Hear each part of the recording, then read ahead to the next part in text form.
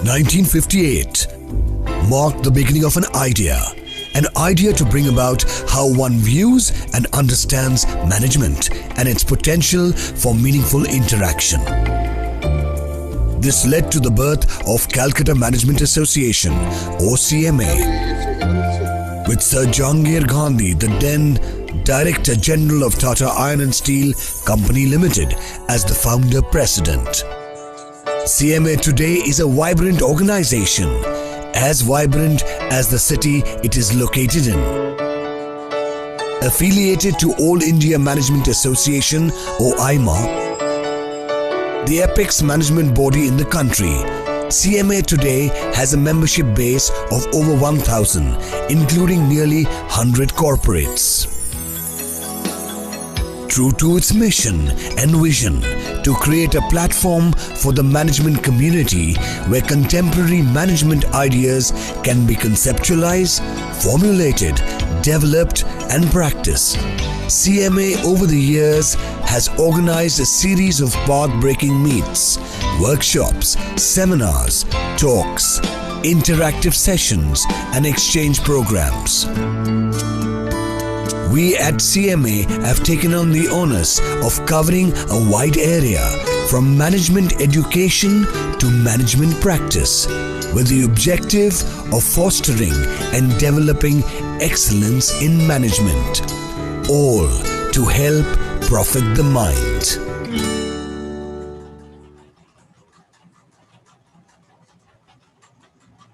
Good evening, ladies and gentlemen. I'm sorry for the which in beginning. Good evening. We welcome you all to the leadership webinar, 11th in the series. We welcome amongst us Mr. Kris Gopalakrishnan. We thank him for taking time out of his busy schedule. And we have amongst us Mr. Joydeep DattaGupta, the past president of Calcutta Management Association, and he would be moderating the session today. We may request Mr. Joydeep DattaGupta to kindly take over and take us through the session. Good evening, sir.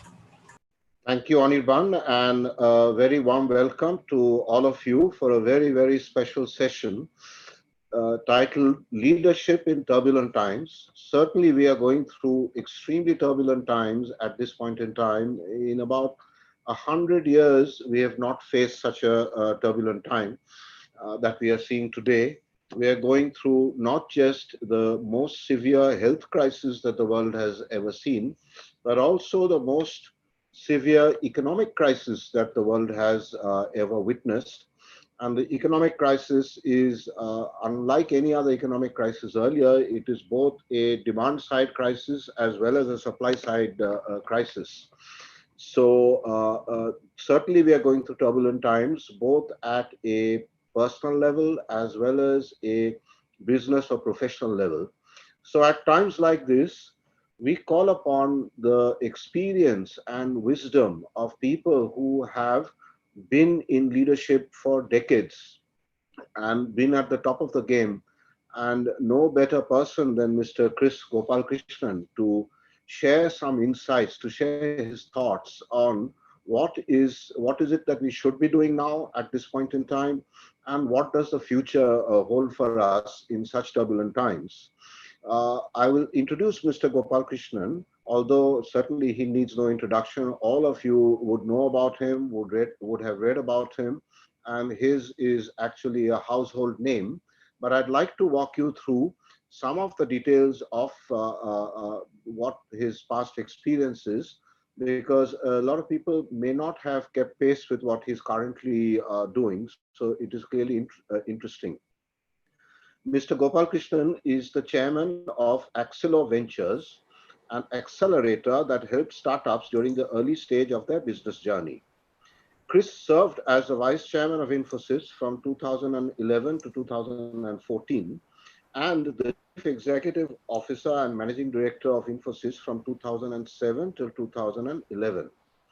Kris is one of the co-founders of Infosys, recognized as a global business and technology thought leader.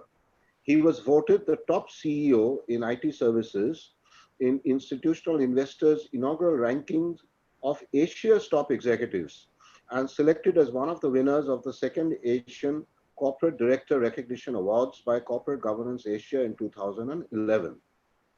He also was selected to Thinkers 50 and Elite of Global 2009.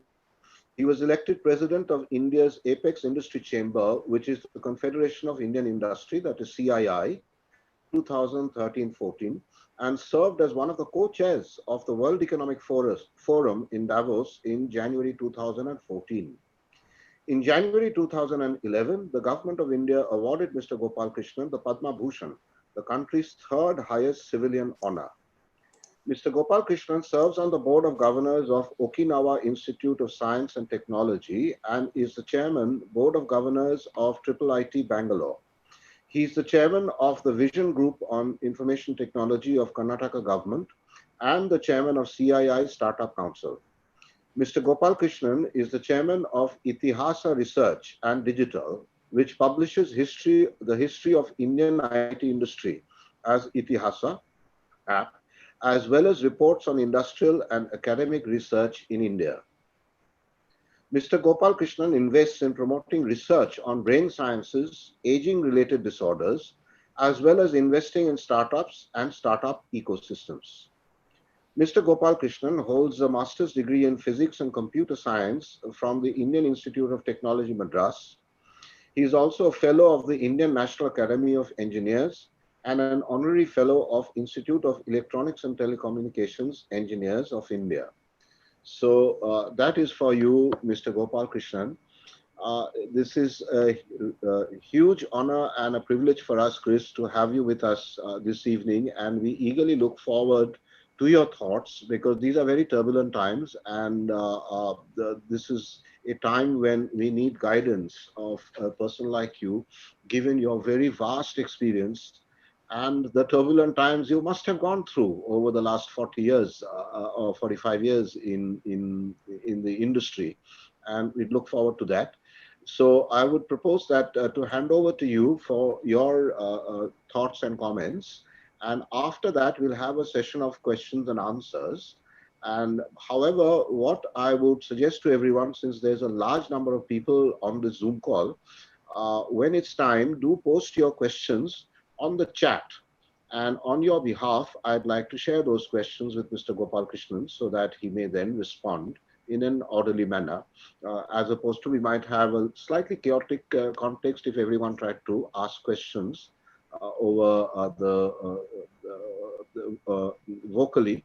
And that's why we like to request that everyone be kept on mute during the presentation. So over to you, Kris. We are eagerly looking forward to hearing from you. Thank you, Joydeep. Thank you, Anirban, and thank you, CMA, for inviting me. Can you hear me? We can hear you loud and clear. Yeah. So thank you all, and especially on a Sunday evening, you are all joining this call. So thank you all very much. Let me do screen sharing so that you can see my presentation. So as Joydeep said, and as of course all of you are aware, we are going through very turbulent times right now, and I will take you through some of my experiences. We have had several economic crises in the past, and as a leader at Infosys, we have had to face this, and I'll share some of my thoughts there. And then I will jump to, how do you emerge out of this? What should leaders do to emerge out of this turbulent times? And I'll end with, on a positive note, how the opportunities are stacking up today. How do you see this? How do you take advantage of these opportunities? So that's how I will end my presentation. So 3 parts. One is my experience and the learnings from that. Second is in the short term, what do you need to do? And the last piece is the medium term, what do you need to do?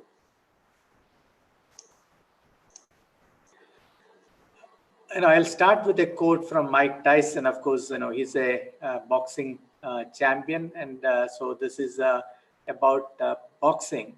Everyone has a plan until they get punched in the mouth, and we all have got punched in the mouth in some sense, because what we are going through is what is called a black swan event. Nassim Nicholas Taleb proposed this theory that occasionally you will get an event that is so improbable that we don't expect it to happen, and we are not prepared for that also. And I can tell you that the last flight I took was from Bhutan. I landed in Calcutta airport, and this was around 17th, 18th of March. And there were people testing the temperature, taking the temperature as we landed. But it didn't hit me that that would be the last flight for the last several months. Actually, I would take. It's been a very turbulent experience, or very difficult experience for all of us. Actually, sudden, unexpected, unprecedented. In my lifetime, I don't think in any of your lifetime we have seen something that impacts all sectors, that's global. Every country is fighting this, and we were unprepared mostly, and we had to scramble around as individuals, as businesses, as well as countries. Actually, healthcare systems, everything. We were unprepared for this. Some sectors are more affected than others. For example, if you are in travel, tourism, hospitality, clearly you are more affected than others. And there are some sectors which actually have benefited in some sense from this. So for example, if you are in the media business, content business, media consumption has increased dramatically. If you are in the telecom industry, clearly the use of bandwidth has increased significantly. So there are sectors that benefited from this crisis. We are not at the end. Definitely, we are not at the end, and we do not know when this will end. Of course, there is some expectation that a vaccine will be there by maybe end of this year, and we will be able to face this crisis in a better fashion towards the end of 2021. So our goal must be to manage this crisis, to survive, to emerge on the other side, and ideally to recover stronger. And I'll talk about this actually. As I said, during my time at Infosys, in 1992, we were planning to do an IPO. But because of the stock market scam in India at that point, some people may remember this, the Harshad Mehta scam, right? We actually did the IPO in 1993, February. So we had to delay that actually. Then we had the Asian financial crisis, the dot-com bubble in September 2001. In one day, our stock price tanked by 40%, right? We were growing almost more than 100% for 3 years running. And then we gave a guidance to the market saying that this year will grow around 50%. Imagine that. We gave a guidance that we will grow at 50%, and the market tanked by 40%. That is, Infosys share price tanked by 40%. So we had to again, adjust to that and manage that, etc. The global financial crisis in 2008. Again, this is something I remember vividly because I became the CEO in 2007, in July. And in September 2008, the world collapsed underneath us. Projects were getting cancelled. We saw shrinkage in our income, and we had to take a lot of action to manage this period. Actually, we were able to manage, and when I took over, the Infosys revenues grew 36%. When I stepped down in 2011, Infosys revenues grew 26%. So we recovered reasonably in about 4 years' time. And I was lucky that Infosys income doubled in the 4 years that I was the CEO. Afterwards, after 2011, I was the vice chairman. And now, of course, the COVID-19 pandemic of 2020. Here I'm not operationally involved in any business, but I'm involved with approximately 70 startups. I'm invested in several funds, etc. And I have a kind of a bird's eye view of what is happening, and a lot of these startups come to me for advice, etc. And so I know what they're going through. Because I'm part of CII's leadership, I also can see what the industry is going through. The one message, if I want to leave with you, it's that it's not the most intellectual of the species that survives. It's not the strongest that survives, but the species that survives is the one that is able best to adapt and adjust to the changing environment in which it finds itself. This is, of course, Charles Darwin's theory of evolution. The most adaptable organism is the one that survives. Having said that, I also believe that we can learn a lot from nature, and as businesses, as individuals, we need to adapt, we need to adjust. Life is not about going in straight lines. There are twists and turns. There are positives and negatives, and we have to be resilient. We have to adapt and adjust to the changing environment, and those that do that will be able to survive best. So what do leaders do? So these are from my learnings, actually. So what do leaders do? One is, so these are difficult times, actually, and every person is worried about whether their family is going to be affected by the virus, whether their income is going to be affected.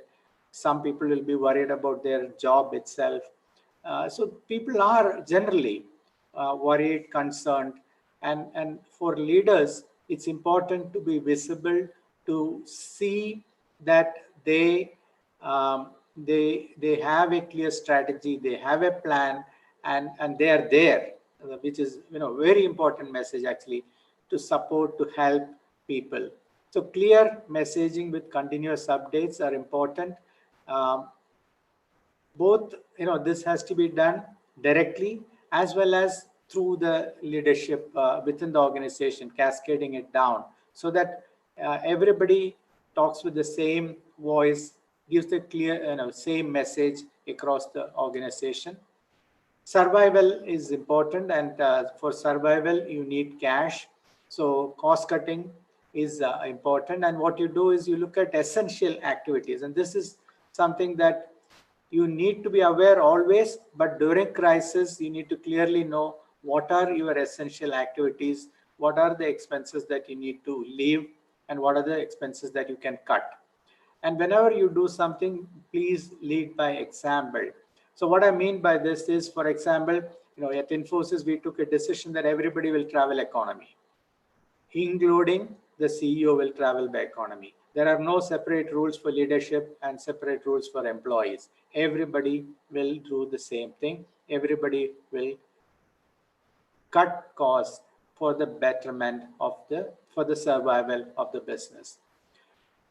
You may actually spend more on repurposing products to get short-term revenues, because your regular revenue stream may be cut, may be hit by the downturn. Your customers are not buying. Your customers may postpone their decisions. Customers may not be able to pay. Hence, your revenues may be impacted. So can you repurpose products to get short-term revenue? And I'll talk about an example of repurposing product in the next couple of slides, actually. Include all employees in some of the activities around the crisis. So what I did was I actually asked for suggestions from every employee. And then we clustered these suggestions around certain themes. We created different groups to institutionalize these cuts, to implement these cuts, and it actually went off very well. Actually, we had a large number of employees giving suggestions, participating in this, and they felt that it is their solution. They felt that it's something they have contributed, because people want to feel that they are helping to support, to solve, and they're contributing. Recognize the best ideas and reward them. Even in normal times, appreciation is extremely important, but even during crises, appreciation is actually even more important, I would say. If you are looking at compensation cuts, etc., more at the top, less at the bottom, because you can afford to cut more at the top. So again, leadership by example. If you're planning layoffs and things like that, be as human as possible. Make sure that you give them as much notice as you can. Create a plan which is shared, etc., saying that, let's say, one example I will tell you. One company I'm now working with, they have clearly said, for next 3 months, this is the salary cut. At the end of the 3 months, if we are not able to become profitable, if we are not able to manage with what we have, we will have to take further cuts. So, give a plan so that uncertainty is reduced, and people can also plan based on that. And I have seen that, employees are willing to take pain to a certain extent, as long as they know that it's fair, as long as there's a larger purpose behind it, as long as they know that it's not targeted, it's not just one section of employees, it's everybody participating in this. Similarly, communicate to investors and other stakeholders on the plans transparently, even your partners, your suppliers, etc., so that the cascading impact is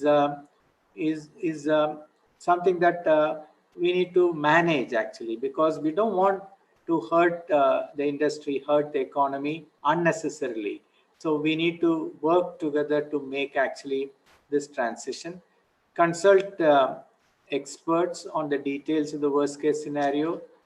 You may not have all the information. Consult the experts, consult your industry colleagues, even your competitors. Actually, I think they all come together in a crisis, make decisions based on facts, scenarios, etc. Work with the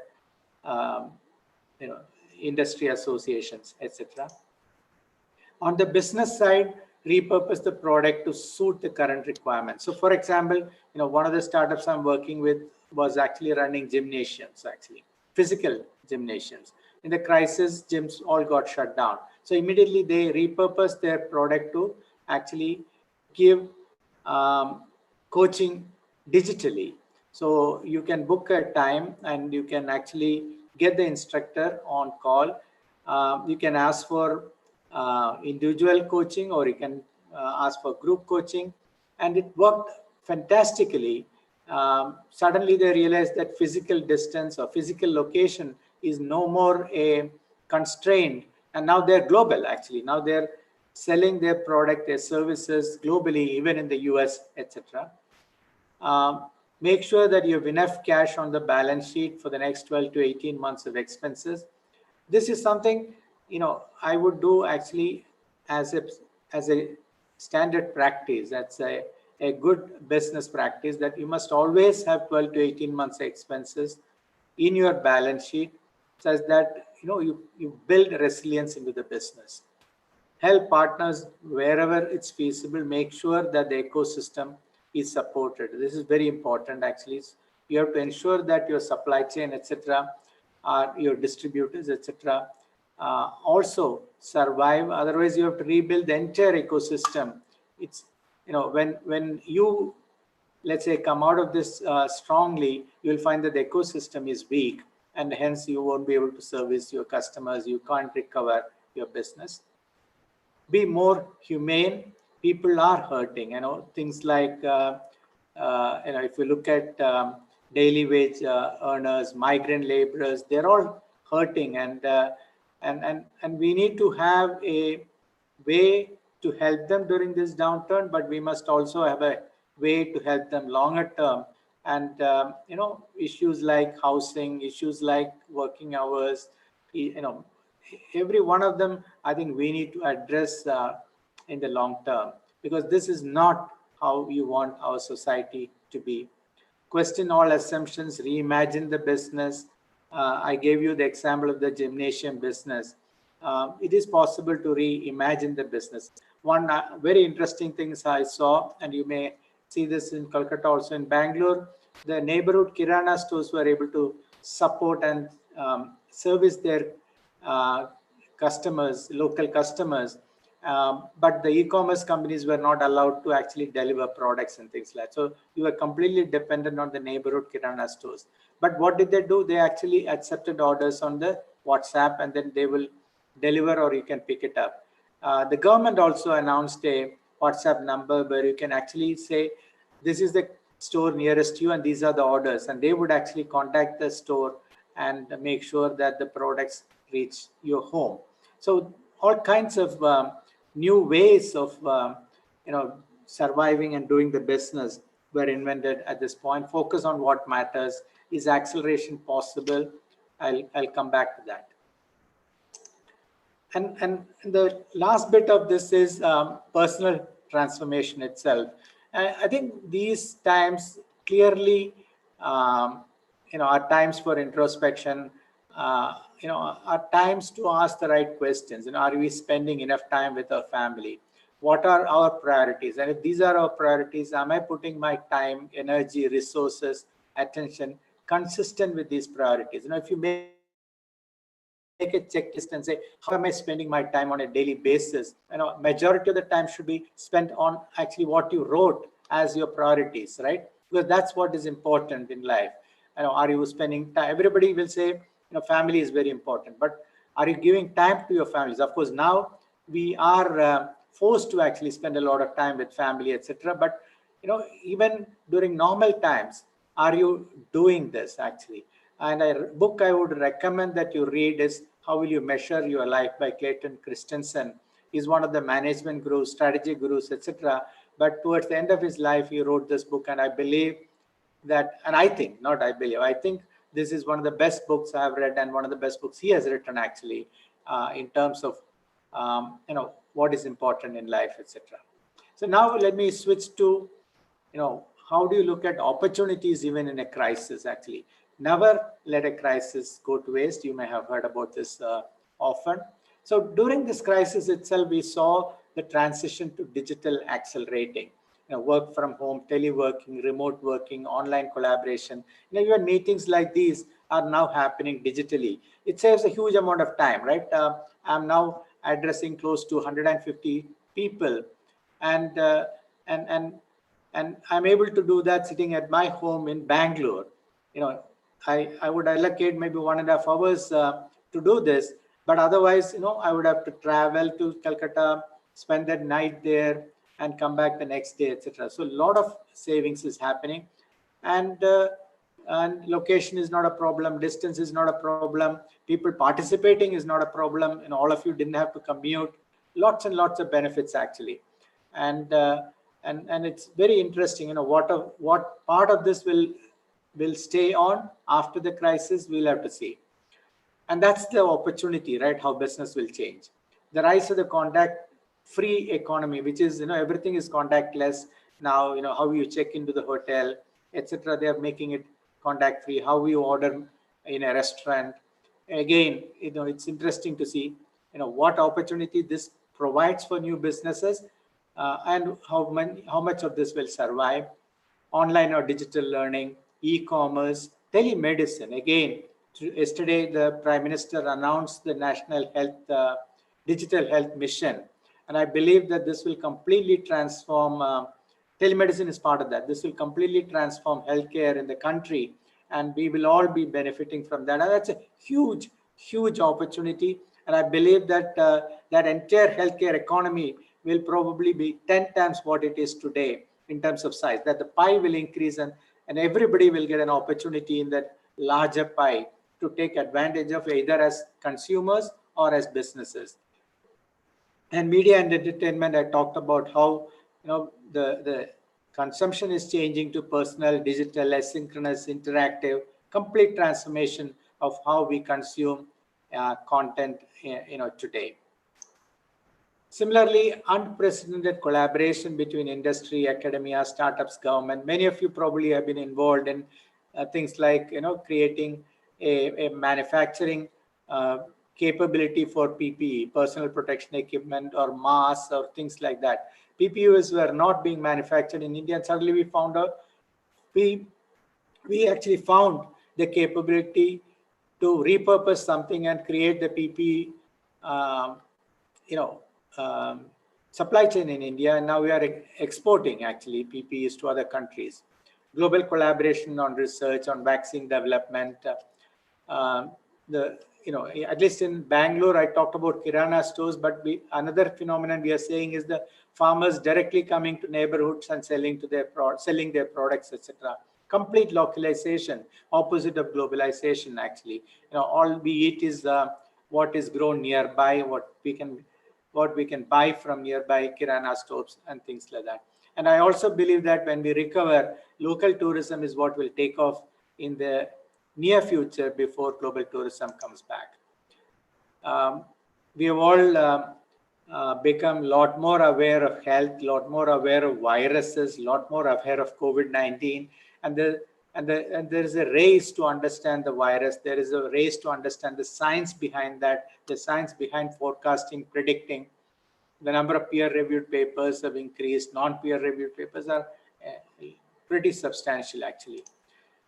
And during this time, we have also seen fissures in society. Everything is not okay, actually. Poor people are badly affected. People working in informal sector are affected. People who do not have access to internet or a computer or a phone, at least, are seeing the challenges of taking advantage of everything happening digitally. They can't participate in this, actually. And older people and people with comorbidities are more at risk. So there is awareness on health and aging, how we age. Can we age in preserving our health and things like healthy aging. We also seeing the two-speed economy. Certain businesses are more affected. Certain businesses are able to get investments. In the last 2 months, India got more than $18 billion of investment, or probably more than that, actually. I think Reliance alone got probably $18 billion of investment. So, investments are still happening, actually. And strangely, we are seeing that the healthcare systems in developed and developing economies are not able to survive this crisis, actually, and it's breaking. But we are coping, actually. In India, we are coping better in the sense that the number of deaths are significantly lower than other parts of the world, at least right now. And globalization is reversing. There is more government intervention in the economy, more scrutiny of businesses, because you shouldn't be profiting by this crisis and things like that. Resiliency is gaining in priority, changing industry and market positions, changing consumer behavior, because some businesses are going to go out of business. Some will survive. So those who survive probably will emerge stronger with better market positions and things like that. Consumer behaviors are changing. What will survive and what will return back to previous behavior, we need to wait and see. So there is a lot of learnings, and I believe there are a lot of opportunities from all these things, actually, and these are the short-term opportunities. Now let's look at the long-term opportunity. The world will be different after the pandemic, and I think there will be acceleration of adoption of this. I'm going to go quickly through these things because you would have heard about this. I just want to emphasize that there are long-term opportunities, and if there are questions, I'll come back to them after the talk, actually. And I've positioned this as riding the wave. What are the 3 different waves that you can ride on? First and foremost is the technology wave, which is the 4th industrial revolution.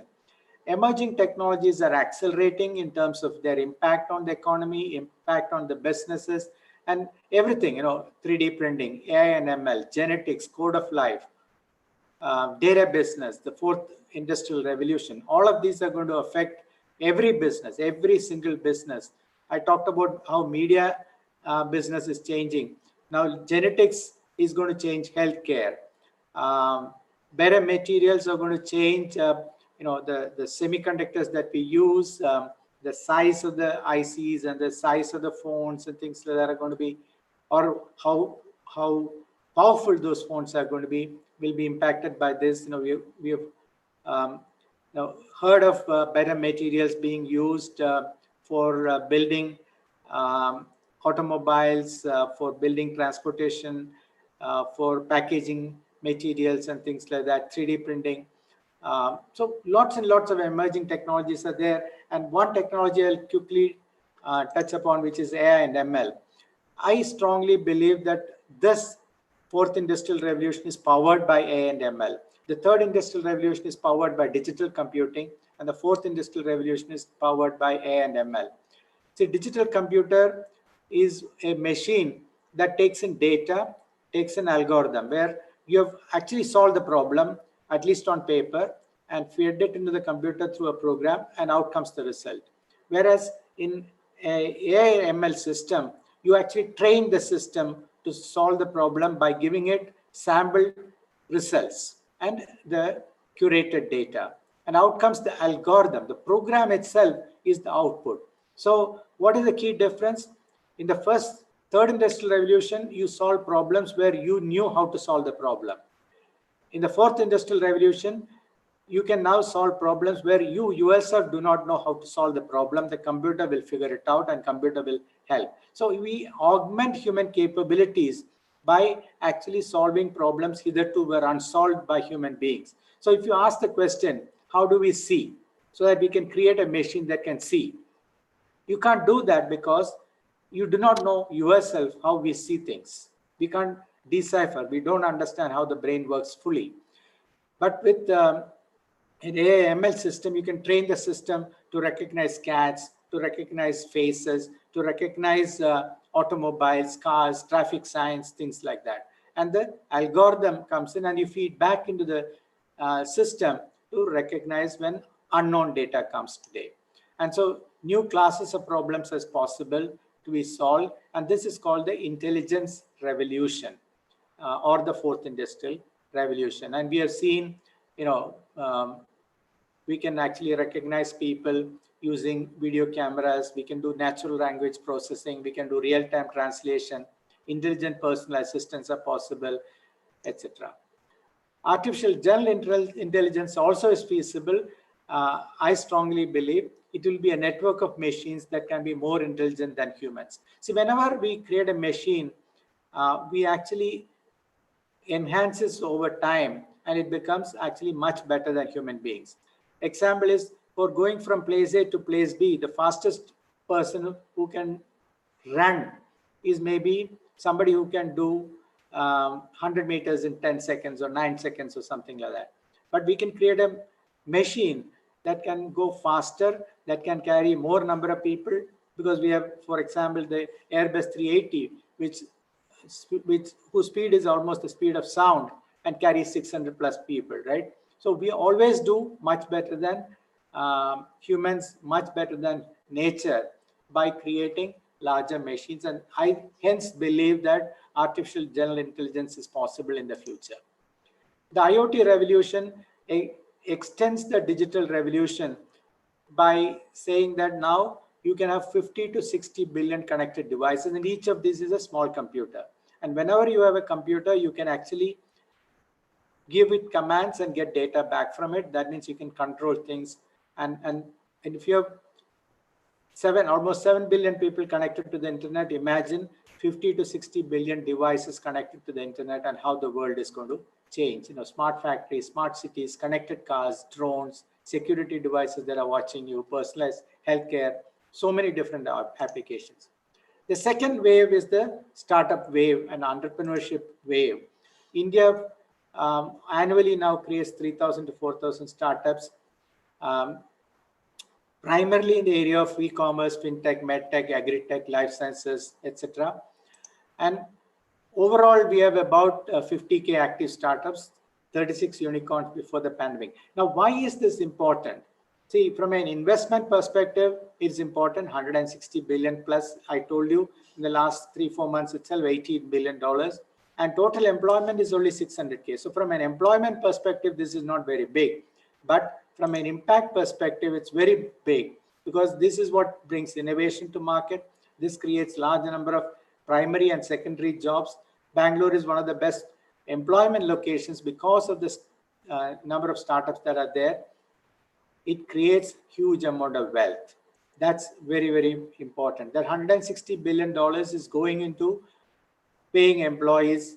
It's going into creating these founders who become wealthy overnight. Some IPOs happen, so public benefit from that, etc. So the impact of startups is in wealth creation, innovations to the market, attracting foreign direct investment, and an overall positive environment in the economy. And that's why it's very, very important. And the last piece I will talk about is, why I believe this is India's century. India has the second largest consumer base. You all know about that. We are going to become a major developed economy over the next 20 to 30 years. Sooner than later, we will be a $10 trillion economy. At that point, our per capita income is going to be $10,000 from $2,000. That means in the next 30 years, we are going to grow the per capita income 5 times. I saw from 1993, when the per capita income was $600 to $2,000, 3 times in the last 25 years.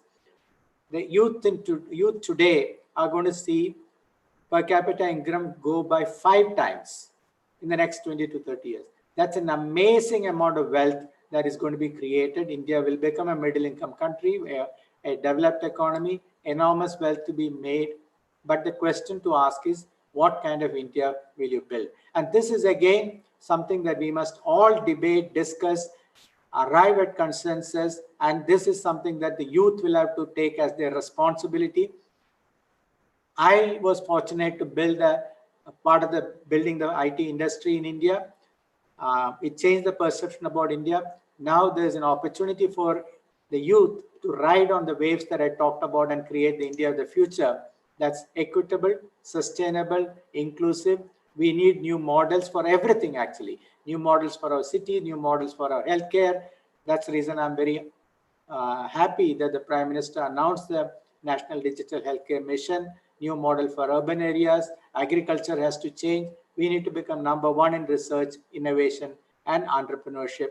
And if you do all this, I strongly believe that 21st century will be India's century. 20th century is US century primarily, and 21st century will be India's century. We can become a developed economy in 1 generation, and we can actually lift another 600 million people out of poverty, completely transform our society. In summary, as leaders, our role is to manage this crisis and to survive and to emerge out of this stronger. There are opportunities to emerge out of this stronger, because even in this downturn, there are opportunities for the businesses to repurpose their products and services, to adapt and grow. There are significant new engines of growth, and India will continue to be one of the best growth opportunities in the world, and that's the reason why we are seeing a lot of interest, a lot of investments coming to India. I strongly believe that we need to engage with startups. It will create new opportunities for you. It will create new opportunities for products, services to acquire and to learn from startups. The way the startups work is very different from the way mature companies work, and that's a great learning opportunity, and we can incorporate those lessons into our own business. And lastly, but not least, there's an opportunity to introspect and reset your life.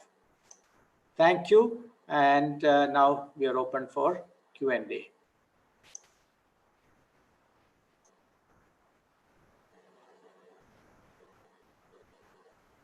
I think you are muted, Joydeep. Thank you so much, Kris.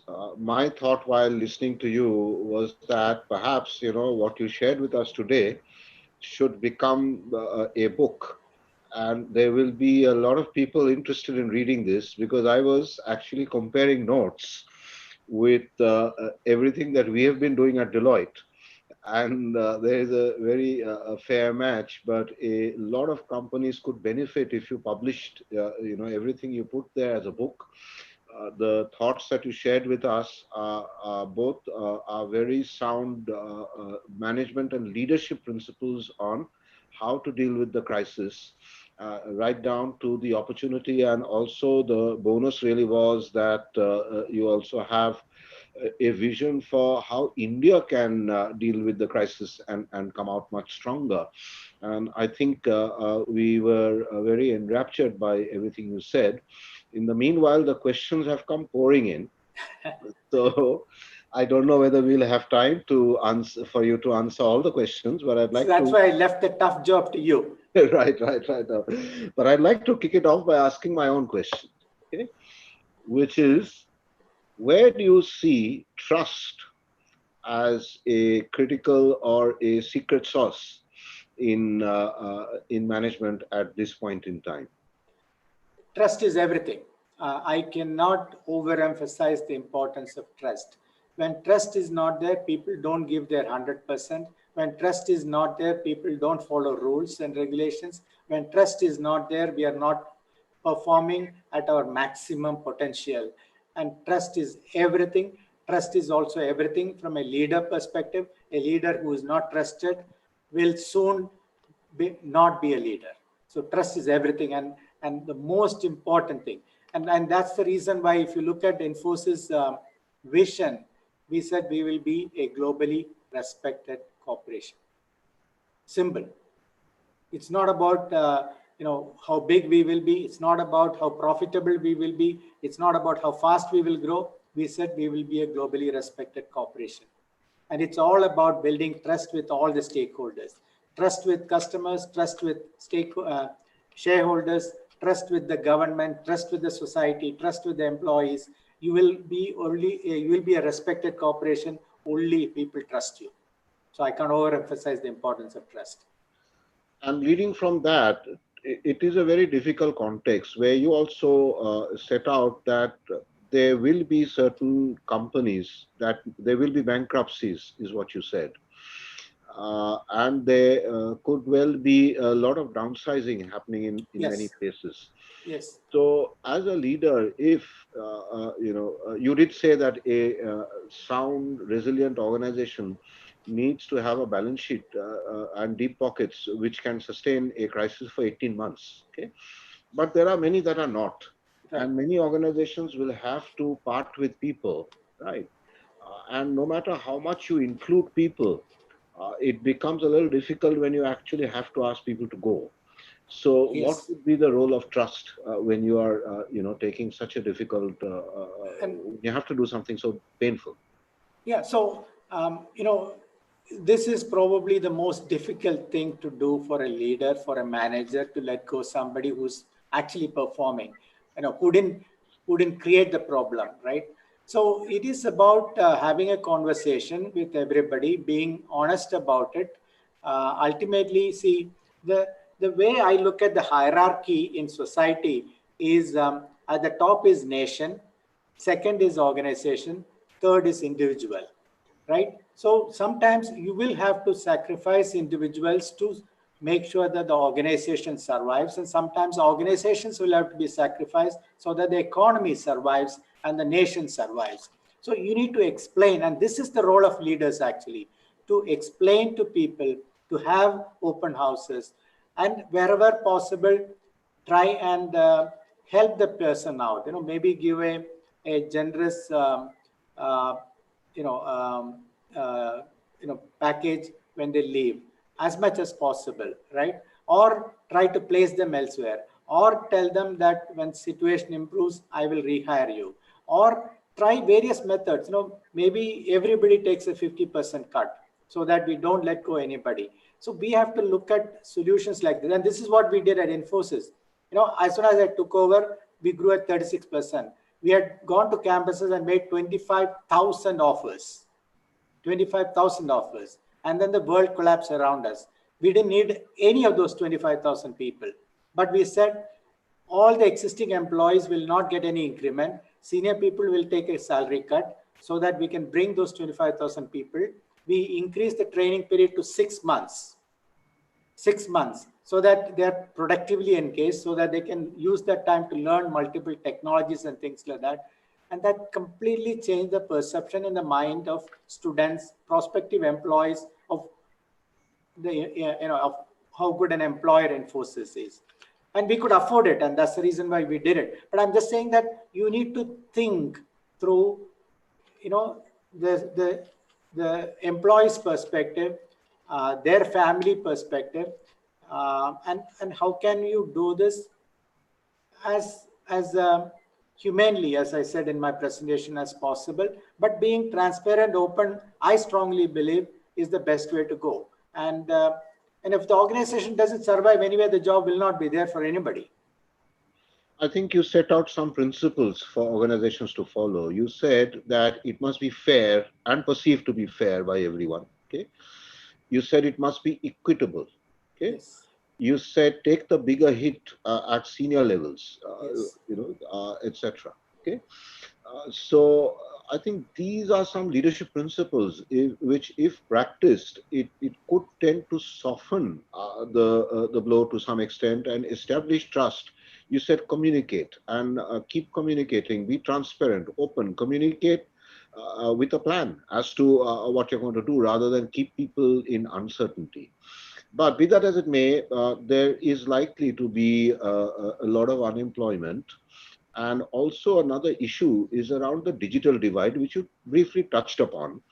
Today, do we have a situation where education, where particularly in the primary schools and so on, many schools are trying to switch over to digital and distance learning. Okay, but the haves and the have-nots, is that divide, that digital divide, going to deepen in future? In the new normal, will digital learning replace to a large extent classroom learning, and then how will the have-nots keep up with this? So this is a subject.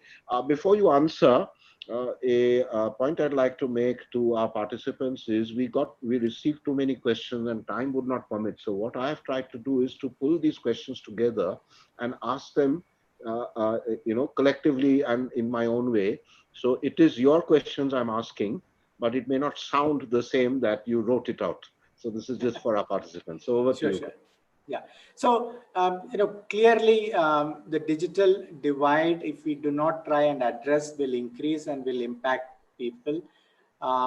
See, going forward, access to internet, access to this knowledge that internet has, access to services that internet provides digitally, location independent, asynchronous, is going to be very important for anybody.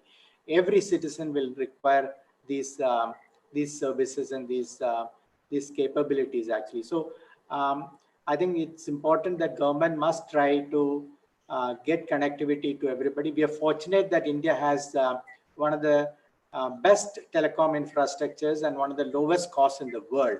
Nowhere in the world at 4,000 rupees, 400 rupees, 399 to be exact, you can get 1 GB of data, unlimited calls and unlimited SMS in any part of the world, which is 400 rupees is about $7 actually. It's unheard of actually, and so we are fortunate in that. But still, there are a lot of people who are actually left, and they cannot probably access it because it's the content is in English, so we need to try and translate to vernacular languages and things like that. So we have a long way to go. In the short term, I have been propagating that anybody has 2, 3, 4 computers, used phones, etc. Please, repurpose them and start donating to people who don't have these. Run, associations like CMA must run, in rural areas, etc. In slums, etc. Classes on how to use digital technologies for people, because you have to enable them also. And in the long term, blended learning will be the way to go. The classrooms will introduce online content. The teacher will probably use it. This is to bring certain quality to the lectures. You can have the best physics lecture anywhere in the world, try and talk to the students, and the teacher will actually interpret that and help the students understand that. So blended will be the way to go, because we can't replace the experience a student gets in a classroom. The independent thinking that they have, the interaction with the students, the interaction with the teacher, and the friendships that gets built and things like that. When you go to college, you're staying away from family, staying in a hostel. These are all part of actually becoming an adult, and that will not be possible to do in a online environment. That experience has to be physically met. So I don't think we can replace classrooms, and that should not be the intent. But there will be some content that's delivered online, some content even in the physical classrooms will be delivered digitally. Thanks. We have time only for a couple of questions, so I have to choose from the base of questions. Now, the ones that I found extremely interesting, one question is, we talk about different types of leaders are required at different points in an organization's journey. So at this point in time, what is the leadership style that is required? Well, this is actually a very long discussion to have, because there are probably 9, 10 attributes and a leader should have. And what happens is certain people have certain attributes and certain strengths. That is, they're stronger in certain attributes and weaker in certain other attributes. And what good leaders do is they recognize their weaknesses and surround themselves with people who complement their weaknesses and amplify their strengths. And that's how you create a leadership team. And that's, again, what good leaders do. Now, having said that, see, what you need is somebody who can communicate, somebody who can actually reassure people, somebody who is a people's person, right? You really require somebody who is a people's person. People are worried, people are concerned, people are afraid, and you need somebody who will actually reassure people that, yes, this is a passing phase, this is difficult times, but we will face this together. And leadership by example is also very important. And we will see a better tomorrow. We will come out stronger, and we will try and help each other during this difficult period. So a leader who is empathetic, who is a people's person, who leads by example is what we need today. So this further accelerates the topic of empathy, which has been gaining ground recently. There are a lot of people with deep technical skills, a lot of drive, etc. But empathy is what is really required. The last question from me, okay, is around globalization and deglobalization. So we have seen a trend towards deglobalization with a lot of right-wing movements all over the world. Has COVID-19 accelerated deglobalization, or are we likely to go back to a globalized world? See, as we speak, we are more connected than ever before, right? There is global collaboration on research. There's global collaboration on fighting the downturn in terms of taking coordinated actions and things like that. What I believe has happened is, in some sense, because the world has gone through a difficult period and unemployment has increased, etc., there is a focus on supporting local employment, etc. And the pandemic also has prevented people from traveling. So I strongly feel that and for environmental reasons and things like that, there is this move towards consume local stuff and things like that. Don't send stuff around the world. Don't import stuff from New Zealand or South America or something like that. For your dinner, right? Consume what is grown locally. It's also more healthy. It's more natural and fresh and things like that. So the move for move away from globalization has happened because of our own awareness about what is healthy, our own awareness about supporting our people, our own awareness about climate change and things like that. But we are doing this together. Knowledge is shared, and we are digitally connected. So in one sense, we are more digitally aware and connected than ever before. I can tell you that probably there are more people watching Netflix in India than in the US today, right? So we are more global than ever before. And why did TikTok really take off in India? Again, it's part of the globalization process, actually. And the government because of the national security issue, because of the border issue, geopolitical issue, they decided to ban Chinese apps, but they were very popular here. So globalization is alive and kicking in the digital world, in the physical world, for valid reasons. There is a slowdown and there is a movement towards local in every aspect, actually. Local communities, local employment, local food, local tourism. Everything is local in that sense, but it's not around deglobalization. That is an absolutely brilliant answer. Thank you so much from my end, Kris, for thank you all. Really enjoyed. Thank you very much. A lot of learning for me, but I'd like to give our Vice President, Mr. Shinoy, an opportunity to thank you also. Over to you, Mr. Shinoy. Good evening, Mr. DattaGupta, and thank you. Thank you, Mr. Gopalakrishnan, for another fascinating session. From the time when we started till the time when we ended now, it's been an absolutely rapturous session. You started off by saying how do you make good use of a pandemic, or how do you make good use of a crisis? And I think we were lucky that because of the crisis, we were able to get Mr. Gopalakrishnan for us at the CMA. Otherwise, we wouldn't have perhaps have your opportunity of using or getting your time with us. A beautiful session, well crafted, right from a time of a business transformation to the point of a personal transformation. I take away 3-4 points from a session. And the first one which you mentioned was about having a plan, and everyone has a plan until they get punched in the mouth. That was a quote from Mike Tyson, as you articulated. I still remember in March, I worked for Tata Steel, and in the month of March, when we thought everything was going gung-ho, and the world just pulled the carpets under our feet, and we were left nowhere. And now, 6 months down the line, we are getting back in shape. What we planned for perhaps haven't happened. And the second point which you mentioned, species which survive are the one which best adopts. We have seen it happening, and what we'll see in the next 6 months is how the world evolves and how each of us adapts. Great points about leadership is be visible and keep the morale up.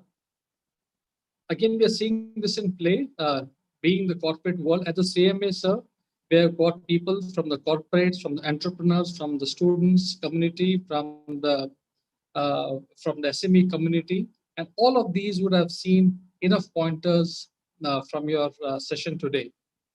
Lastly, peep into what next, the world which you said about emerging technologies of artificial intelligence and ML. I think great insights there as well. I leave our readers, our listeners, with one important thought, what Mr. Gopalakrishnan said and suggested. How will you measure your life? The book by Clayton Christensen, a fascinating book. And I'll leave you all with a quote. And this is all about the theory of motivation. What's written in the book by Clayton Christensen about leadership? All it says is, if you ask the right questions, the answers are generally easy to get. With that note, a big thank you, Mr. Gopalakrishnan, for having the session with us. It was absolutely a pleasure. CMA thanks you, and thanks all the listeners for tuning in. Have a great evening and good night, sir. Thank you all very much. Thank you, CMA.